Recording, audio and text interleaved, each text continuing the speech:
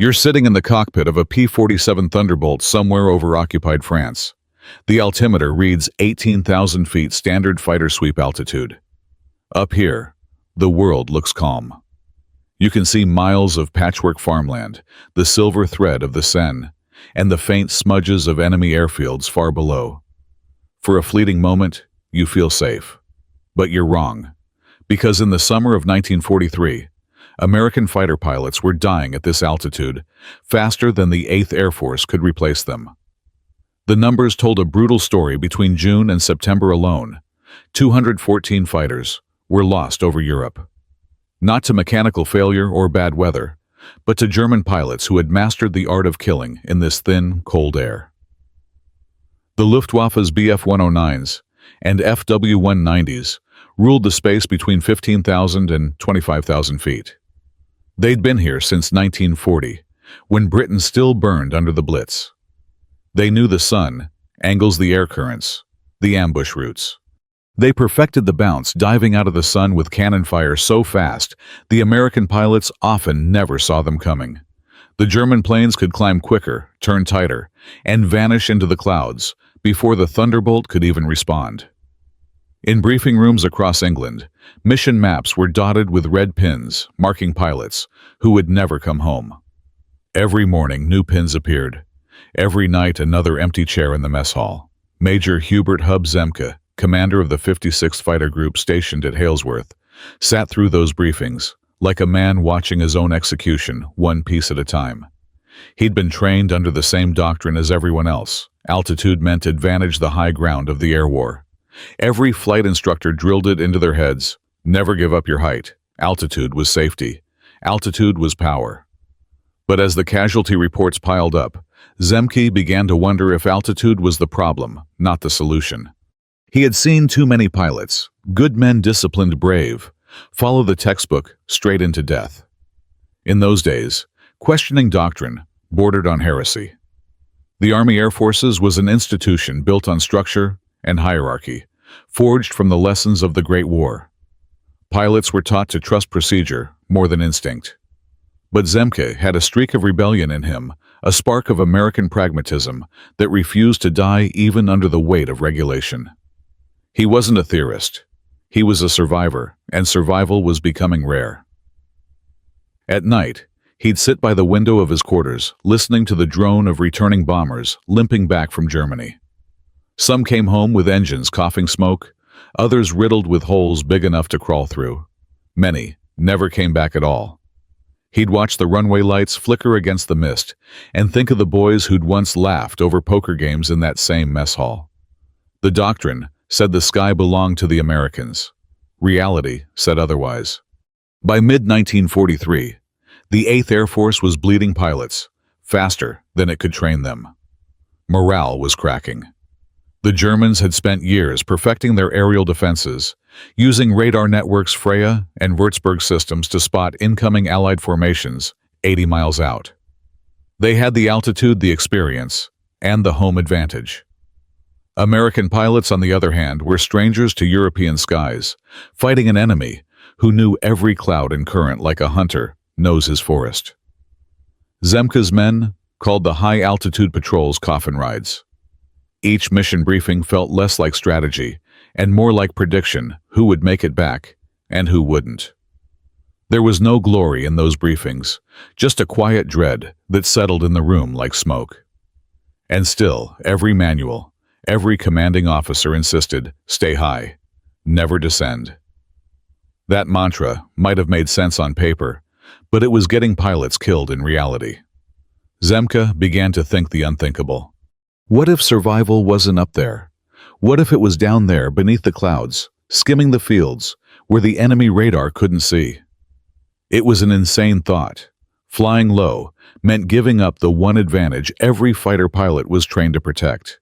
It meant no early warning, no chance to spot trouble before it found you. One mistake, one misjudged treetop, and you'd be a crater in French soil before you had time to swear. Every tactical manual said low-level flight for single-engine fighters was suicide. But Zemke kept asking himself the same question: compared to what? Because staying high wasn't working either. The Luftwaffe owned the upper sky, and if something didn't change soon, the 8th Air Force would bleed out before the invasion of Europe even began. So one August evening, as the last sunlight burned red over the English airfield, Major Hub Zemke looked out over his flight line of Thunderbolts and decided to break the rules. What if the answer to surviving the war was not above the clouds, but below them? If you were sitting in that cockpit in the summer of 1943, 18,000 feet above occupied France, knowing most pilots never made it home, what would you have done? Would you have followed orders and stayed high, or risked everything to fly low like Hub Zemke dreamed of? Tell me in the comments your name, where you're watching from, and what you would have chosen in that moment. I read every story because behind every history, there's a human heart trying to survive the impossible. The idea came quietly, whispered in the corner of a smoky officer's mess, sometime in early September 1943. Major Hub Zemke, the man everyone called the professor of fighter tactics, leaned over a map of northern France and said the words that would change the air war forever. What if we go down? The pilots around him went silent. Down didn't mean 10,000 feet. It meant the unthinkable 200 feet treetop level, where the horizon became a blur, and the ground rushed past like a conveyor belt of death. Every manual in the Army Air Forces called it suicide. But for Zemke, it was an experiment worth dying for, because the alternative, staying high, was already a slow-motion massacre. He chose 3 men he trusted with his life: Captain Walker Bud Mahurin, Lieutenant Bob Johnson, and Captain Jerry Johnson. All veterans, all survivors of the meat grinder over occupied Europe. They'd seen wingmen vanish in fireballs, heard Mayday calls fade into static. They didn't need convincing. They were already desperate for something, anything that might tilt the odds back toward living another day. Zemke's orders were simple and blasphemous. Forget what you've been taught. Drop to the deck after your bomber escort duty. Don't climb back. Stay low below radar and see what happens. If command calls it insubordination, I'll take the blame. At dawn on September 27, 1943, 3 P-47 Thunderbolts thundered off the runway, heavy with fuel and resolve. Once over France, they peeled away from the bomber stream, throttles wide open, and shoved their control sticks forward. From 18,000 feet to 200. From safety to insanity. The air thickened. The altimeters spun madly. The countryside surged up to meet them, green fields, church spires, and the occasional startled herd scattering below. French farmers dove for ditches, hats flying as the silver thunderbolts screamed overhead barely higher than the trees. At 350 miles per hour, the world became a tunnel of motion and noise. The wind hammered the canopy. Power lines flashed past like whips of light. The smell of hot oil filled the cockpit. Each man felt the same electric realization: we're invisible. Unseen by radar, undetected by German spotters, they were phantoms racing across occupied France. And then, just north of Beauvais, they saw it, an airfield. Rows of FW-190s lined up neatly on the tarmac, like silver toys waiting to be wound up. The Germans never saw them coming. Mahurin was the first to attack. His 850 caliber Brownings roared, spitting death at propeller height. Tracers chewed through fuselages. Fuel tanks burst like firebombs. The second P-47 strafed the line of planes, and 4 German fighters exploded in less than 10 seconds. The Luftwaffe gunners scrambled to their flak guns, but it was too late. By the time they pulled the triggers, the Thunderbolts were already gone low fast and climbing toward the channel. 0 losses, 4 kills, 1 revolution. When they landed back in England, the ground crews could hardly believe what they were hearing. Flying that low was madness. Yet it had worked brilliantly. Zemke had found the crack in the Luftwaffe's armor. Flying at treetop level wasn't just flying low, it was weaponizing physics.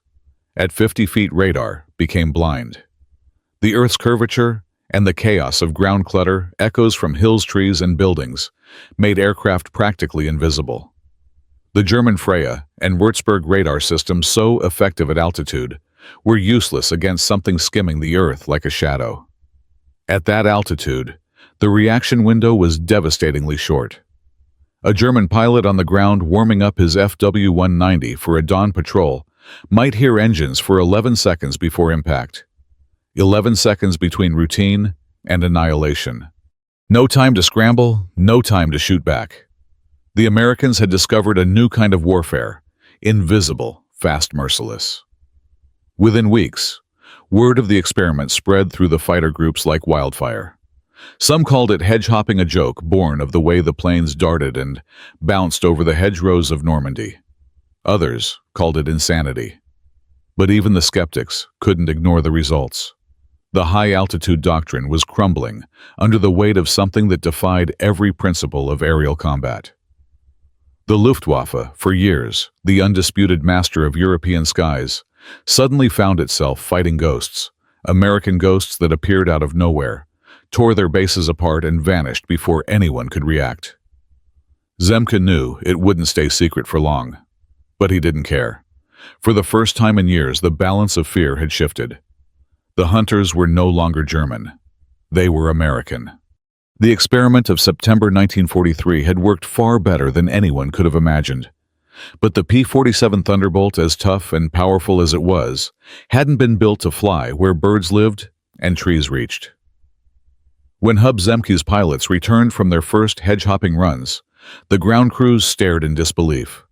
Their bellies were scratched raw. Oil coolers were dented. Propeller edges were chipped as if the planes had flown through gravel. Lieutenant Francis Gabby Gabreski taxied in with an entire 6-foot tree branch jammed into his landing gear. Somehow, the big fighter had survived, but barely. The Thunderbolt had been designed as a high-altitude escort, a 7-ton brute meant to fly above 25,000 feet where the air was thin and the bombers needed protection. Its massive Pratt & Whitney R2800 double wasp engine could generate over 2,000 horsepower, feeding a supercharger that thrived in the stratosphere. But when you dragged that same machine down to 50 feet, it became something else entirely: hotter, louder, and more dangerous to the man inside than to the enemy. By late December 1943, Republic Aviation's engineers were taking notes straight from the pilots' after-action reports. They realized the Thunderbolt's heavy frame, originally a handicap in dogfights, was now its greatest advantage.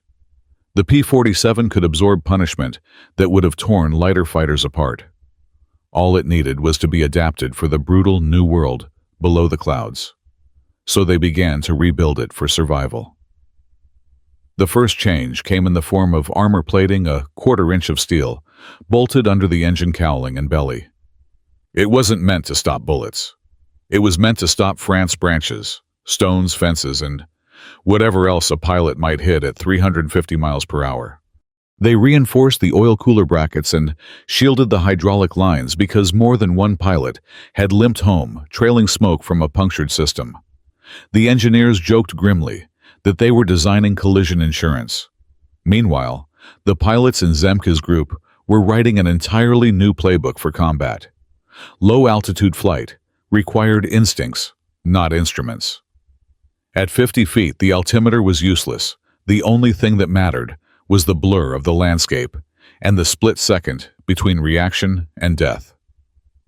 The K-14 gyroscopic gun sight replaced the older N9 model, calibrated for ground targets rather than twisting dogfights. The change was revolutionary. At high altitude, you had to lead your target predicting where it would be in 3-dimensional space. Down low, your targets didn't move. They were trains, trucks, fuel depots, and aircraft parked neatly in rows. The K-14 allowed you to point, squeeze, and erase. By February 1944, these modified Thunderbolts were rolling off production lines in Farmingdale, New York. They were officially designated the P-47 D-25, but among pilots, they had a different name: the Juggernauts. At the same time, a new kind of training was born at Atcham Airfield in England. Replacement pilots arriving from the States were no longer learning altitude dogfighting, they were being taught the black art of flying at treetop height. Their instructors were veterans of Zemke's group men who'd survived the impossible and carried the scars to prove it. They took rookies out over the English countryside and made them fly at 50 feet following rivers, hedgerows, and rail lines. The first time was always terrifying.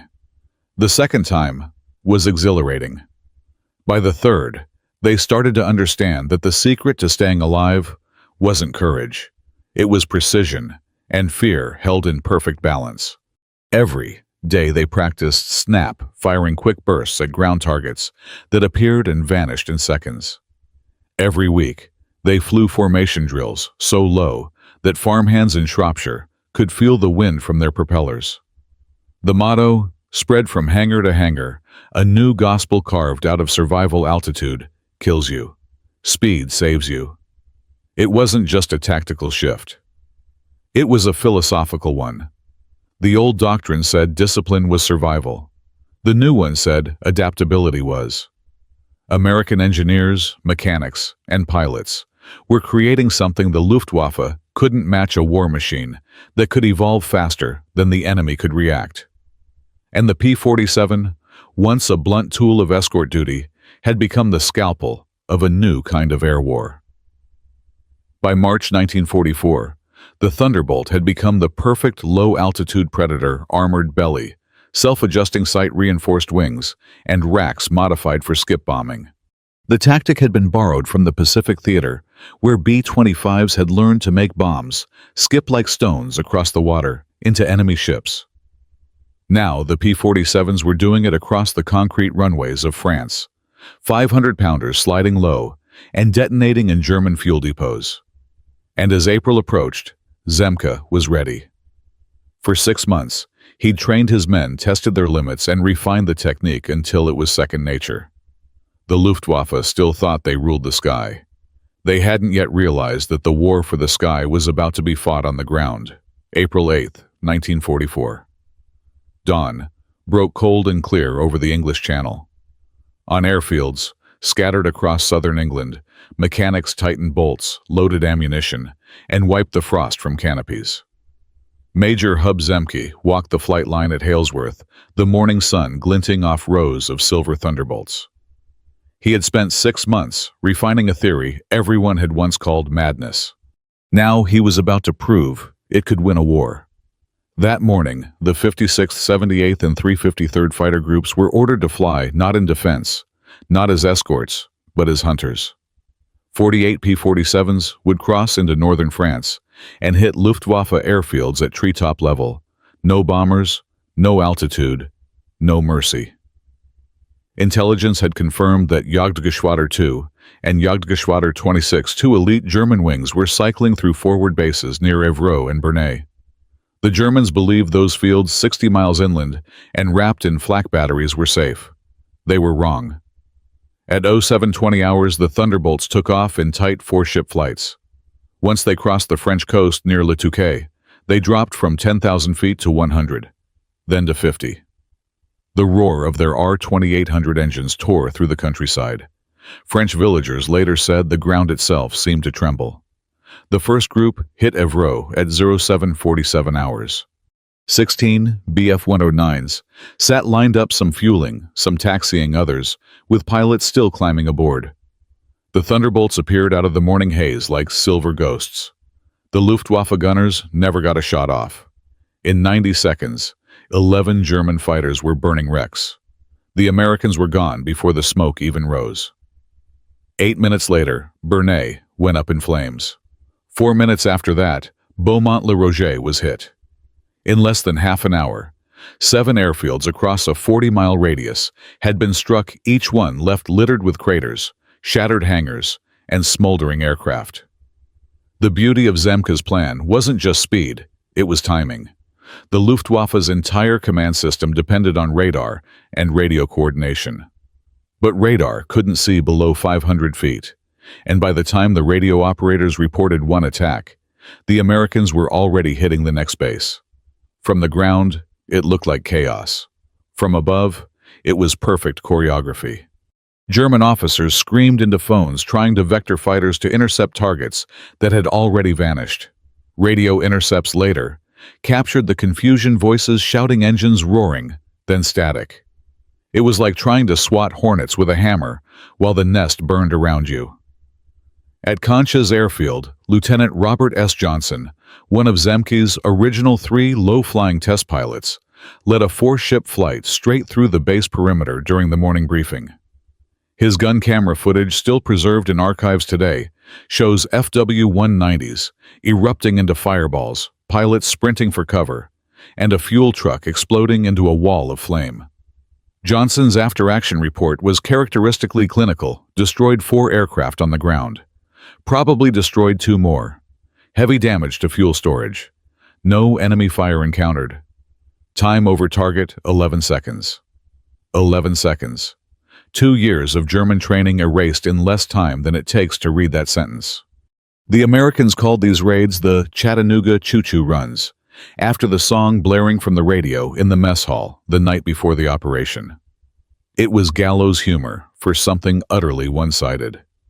In a single week, the hedge-hopping Thunderbolts destroyed 47 confirmed German aircraft on the ground, 23 locomotives, and hundreds of trucks, bridges, and depots. They lost 3 planes, 1 to Flak 1 to a Powerline 1 to engine failure on the way home. A 15-to-1 kill ratio.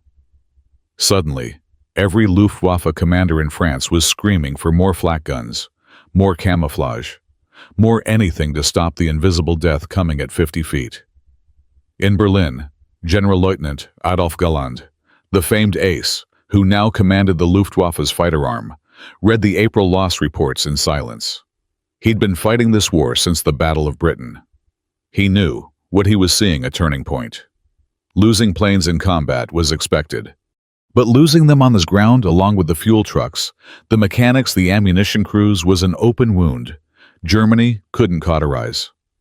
On April 19, 1944, Galland issued Directive 487 to all Jagdverbände units in France: disperse aircraft away from runways, expand flak coverage, and create early warning observer networks in surrounding villages.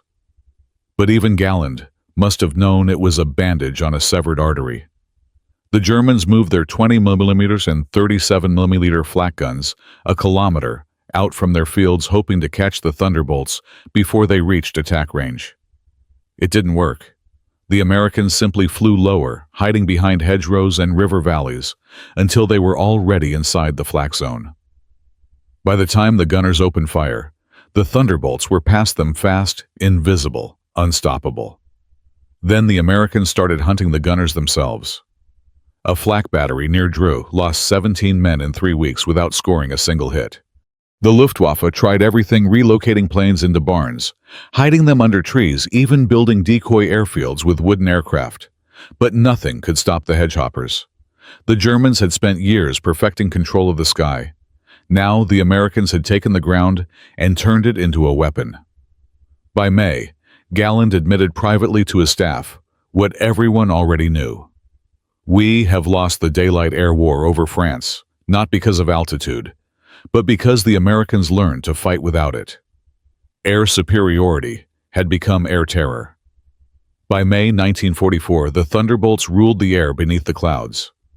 But that new kingdom came at a terrible price. Flying at 50 feet wasn't just a tactic.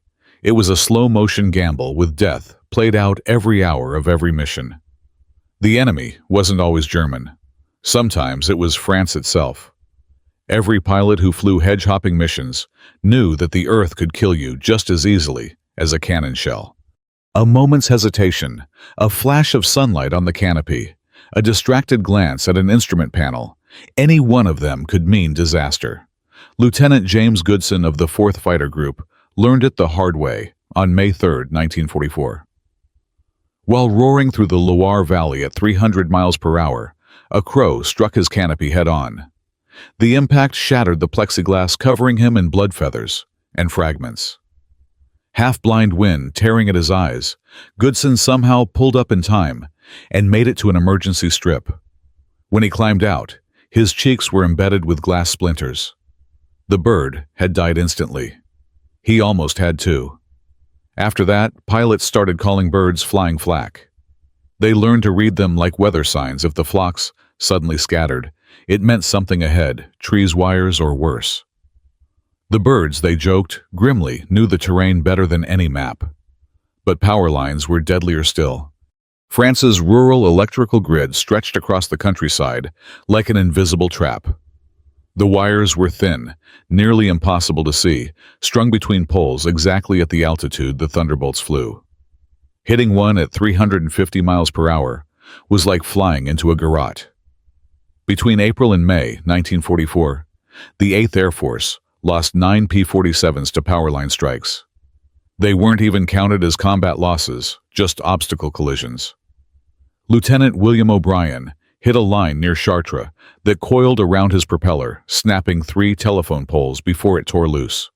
The jolt nearly ripped his engine off the airframe. He managed to bail out 10 miles later. Rescue crews found 40 feet of copper wire tangled in his propeller blades. The physical dangers were brutal, but the psychological toll was worse. Flying that low required a kind of focus that burned through men from the inside out. For 2 hours, their bodies pumped adrenaline non-stop. Their eyes darted between treetops, bridges, and the blur of the horizon. Every nerve screamed for survival. When they landed, flight suits were soaked with sweat despite the 50-degree air. Flight surgeons began noticing something strange. Pilots couldn't hold coffee cups steady after landing. Their hands trembled so violently they had to dictate their reports because they couldn't write. Some had nightmares about wires and hills rushing toward them. Others woke up thinking they were still flying, still dodging, still hearing the roar of engines in their heads. And yet, they kept flying. A few couldn't. In May 1944, 3 pilots from the 56th Fighter Group requested transfers back to bomber escort duty. One of them, a captain with 14 confirmed kills, told the flight surgeon, "I'd rather face the whole Luftwaffe at 20,000 feet than one more hedge hop at 50. The request was approved without question. Everyone understood. For those who stayed, fear became both enemy and ally. It sharpened their instincts. It kept them alive. Major Gerald Johnson, one of Zemke's squadron commanders, grounded his best pilot for a week after the man flew under a railway bridge instead of over it. Not because he'd broken rules, but because he'd stopped being afraid. At 50 feet, losing fear was fatal. And then there were the overconfident ones, the tree skimmers. They'd survived too many missions, started to think they were invincible. They'd dive to 30 feet strafe trains in broad daylight or cut across roads lined with flak trucks. The veterans called it flying on borrowed luck. Everyone knew how that story ended. Some didn't even make mistakes. They were just unlucky. One moment you were a streak of motion across the French countryside. The next, a blur of smoke in a farmer's field. There were no parachutes at that height, no second chances. Zemke's pilots learned to live inside that paradox: total control and total chaos.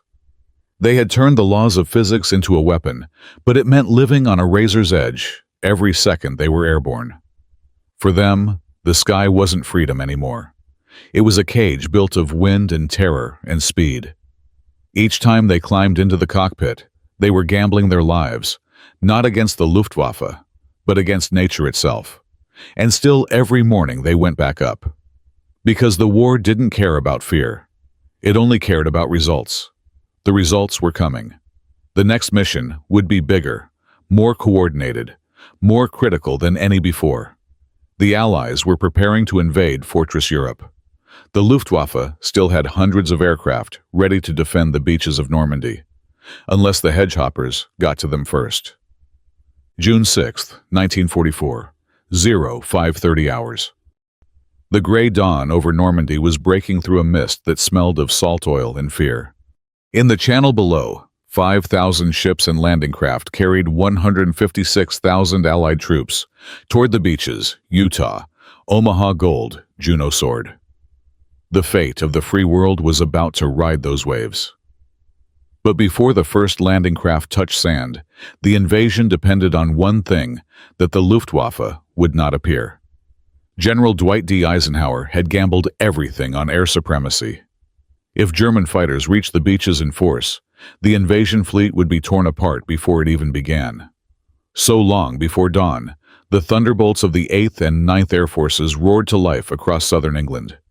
289 P-47s, their bellies heavy with ammunition, and fuel streaked toward northern France at treetop level. Their mission was simple and merciless: destroy every German aircraft within 150 miles of the coast. At 04:45 hours, the first strikes hit. Over Creil Airfield, 35 miles north of Paris, a squadron of Bf-109s was taxiing for takeoff. German pilots, half awake, were performing pre-flight checks when 8 P-47s from the 78th Fighter Group erupted from the dawn haze like a thunderclap. The Germans never even saw them. In less than 2 minutes, 18 aircraft were destroyed.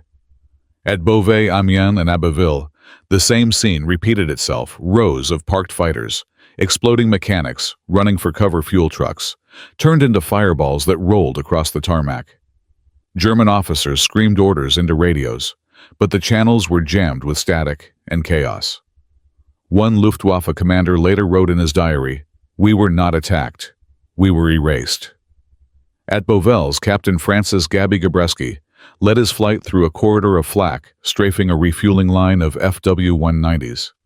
His gun camera film shows bursts of fire walking down the runway, each hit blossoming into orange flame. His voice on the radio was calm, almost detached: splash 4 on the ground. Secondary explosion in fuel dump, moving to next target.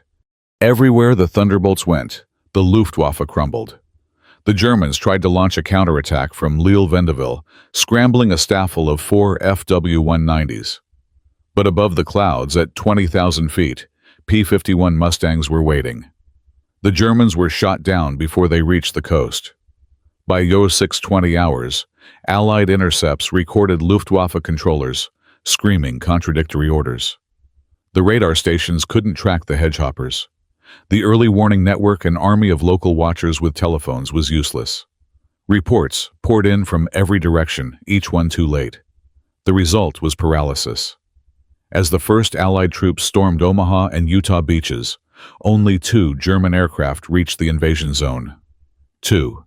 Both reconnaissance planes, both shot down within minutes. The Luftwaffe had vanished not because it couldn't fight, but because it had been burned to ash before it could take off. The P-47s didn't rest. As the sun climbed higher, they refueled, rearmed, and launched again. Some pilots flew 4 missions that day, strafing trains, bridges, and convoys moving toward the front. A flight, led by Lieutenant Colonel Gabreski, intercepted a German panzer column near Caen. Without bombs, they relied on their 8 50 caliber Brownings, loaded with armor-piercing incendiary rounds. They dove at 350 mph, firing into the thin top armor of the tanks. The first 3 panzers erupted in smoke and flame ammunition, cooking off like fireworks. The column scattered into the trees, paralyzed. It wouldn't move again until nightfall. Multiply that scene by 50. Every road, every rail line, every airfield between Paris and the coast was under assault. By sunset, the Allies had flown 14,674 sorties over Normandy. The Luftwaffe, once the terror of Europe, had managed 319. The numbers tell one story. The silence tells another. For the German soldiers defending the beaches, the sky had turned into a living nightmare, filled not with clouds, but with the constant howl of engines and the metallic hiss of tracers. For the Allied soldiers climbing through the surf, that same sound was salvation. Private John Eldridge of the 1st Infantry Division wrote later, "You didn't need to look up to know who owned the sky. You could feel it in your chest like thunder that only rumbled for us." The air war over France was no longer a contest. It was an execution. By nightfall, on June 6th, the hedgehoppers had destroyed more than 200 aircraft, dozens of locomotives, and an untold number of convoys and depots. The Luftwaffe was finished as an effective fighting force in the West. The invasion had succeeded not just on the beaches, but in the air 50 feet above them. The low-altitude war that had begun with 3 Thunderbolts over Beauvais 9 months earlier had now culminated in the liberation of Europe. It wasn't heroism at altitude that made the difference. It was courage at the edge of the earth. The war in the sky had been won not by those who flew highest, but by those who dared to fly lowest. When the smoke cleared over Normandy, the Luftwaffe was no longer a fighting force. It was a memory. In just a few months, the hedge-hopping Thunderbolts had done what years of high-altitude doctrine never could. They had broken the back of German air power. Between April and August 1944, P-47 groups flying low-level strike missions destroyed 823 German aircraft on the ground, 315 locomotives, and more than 9,000 trucks and armored vehicles. They bombed bridges, fuel depots, and supply columns, tearing apart the arteries that fed the Wehrmacht. They lost 289 aircraft in the same period, 114 to flak, 87 to ground obstacles, or mechanical failure, 67 to enemy fighters, and 21 to causes never fully explained. Brutal numbers, yes, but sustainable. Because every plane destroyed on the ground was one less that could ever threaten a bomber or strafe. Allied troops. The mathematics of war had changed, and at its heart was one man, Hub Zemke, the quiet innovator who had dared to ask a heretical question. What if altitude was the problem, not the solution? Zemke was never court-martialed for defying orders. Quite the opposite. He was awarded the Distinguished Service Cross, one of America's highest honors. The Army Air Forces quietly rewrote its tactical manuals, integrating low-level strike doctrine into official policy. The lesson had been learned in blood, but it would echo through generations of pilots to come. By August 1944, the hedge-hopping revolution had spread beyond the P-47. British Hawker Typhoons and Tempests adopted the same tactics, ripping through German armor columns in France and the Low Countries. Soviet IL-2, Sturmovix, already famous as flying tanks, refined their approaches based on American after-action reports. The Luftwaffe itself tried to imitate the Thunderbolts with modified FW-190s for anti-hedgehopper patrols. But it was too late. Germany lacked the fuel, the training time, and most of all, the spirit. The skies over France belonged to the Allies. The philosophy that Zemke had forged out of desperation became a cornerstone of modern air combat. During the Korean War, jet-powered F-80 Shooting Stars and F-84 Thunderjets used the same principles, flying low and fast, hugging the ground to strike airfields and supply columns before the enemy could react. In Vietnam, the terminology changed, but the DNA remained. Nap of the Earth flying became the new name for hedge-hopping. American F-4 Phantoms and A-7 Corsairs roared through mountain passes and along the Ho Chi Minh Trail using the same physics Zemke's men had mastered in 1944: terrain masking, surprise, and raw nerve. Even the A-10 Thunderbolt II, designed in the 1970s as the ultimate close air support aircraft, was born from the legacy of the P-47. Thick armor beneath the fuselage, redundant systems, a pilot encased in a titanium bathtub, a gun built for tearing through tanks. It was the modern descendant of the juggernaut that had flown at treetop level over France. Air Force training still teaches the same truths Zemke discovered by accident, and necessity. Altitude gives you visibility, but low altitude gives you surprise. Speed at ground level is better protection than maneuverability in the sky, and the ground itself, if you're brave enough, can be your greatest weapon. But the legacy of the hedgehoppers isn't just tactical, it's cultural. It's a philosophy of survival that runs deeper than metal and altitude. It taught future generations of pilots and commanders that doctrine isn't sacred, that in war the enemy gets a vote, and sometimes survival means throwing out the book. Zemke's rebellion became the blueprint for innovation under fire. Experiment, adapt, and trust the men who live and die by their decisions. That spirit of defiance, of courage, of thinking the unthinkable, became part of the American airman's DNA. Today, in the U.S. Air Force Museum in Dayton, Ohio, a P-47 Thunderbolt hangs from the ceiling. The placard beneath it reads, High Altitude Bomber Escort, 1943-45. It's technically correct, but incomplete. Because the real story of that aircraft isn't up there in the cold, thin air of 25,000 feet. It's down where the air is thick and dirty and loud, where the pilots flew so low that farmers hit the dirt and birds scattered in terror, where survival depended not on doctrine, but on instinct. That's where the Thunderbolt was truly born. The 7 months between September 1943 and June 1944 rewrote the rules of aerial warfare.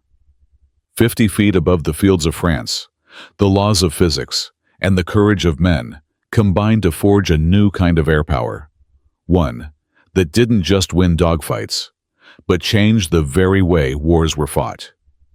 And when we talk about victory in Europe, we remember the beaches, the tanks, the paratroopers. But somewhere above them, invisible in the roar of the invasion, flew the ghosts of the hedge-hoppers, those who turned the ground itself into their weapon, who fought not for glory, but for survival, and who proved that sometimes the right answer is the one that sounds completely insane. Because in the end, it wasn't the pilots who flew the highest who changed history. It was the ones who had the courage to fly the lowest. When I think about Hub Zemke and those Thunderbolt pilots, I don't just see machines or tactics. I see courage in its rawest form. Men who looked at death in the sky and said, "We'll try something different." That kind of defiance, that belief that rules can be broken to save lives, that's what truly changed the war. It reminds me that history isn't shaped by orders, but by those brave enough to question them. If stories like this move you, if you want to uncover more forgotten moments of World War II, subscribe to WW2 Secrets. There's so much more history waiting just below the clouds.